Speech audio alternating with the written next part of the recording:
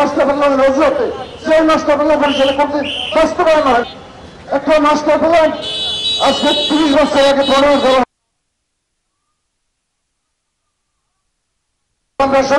কাজ করো, ইঞ্জিনিয়ারদের কাজ করো, আর সবাই কৃতজ্ঞ থাকবো। আমাদের দাবিগুলো হলো 2020 সালে মেয়াদ উত্তীর্ণ ও অকার্যকর 90 হচ্ছে আমাদের সাথে। আমরা এই বৈষম্যের অবসান চাই। এই আশা ব্যক্ত করে আপনাদের শুভবুদ্ধি হোক।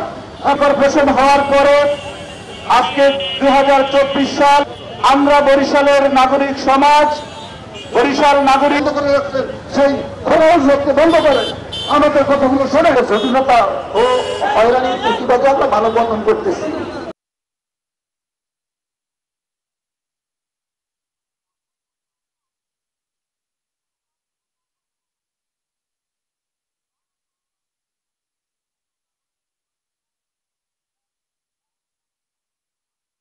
সিটি কর্পোরেশন প্ল্যান নিয়ে হয়রানি করতেছে, জনগণের প্রায় 1.5 বছর যাবৎ প্ল্যান দিতেছে না, এতে মারাত্মক জনগণ হয়রানির শিকার হচ্ছেন।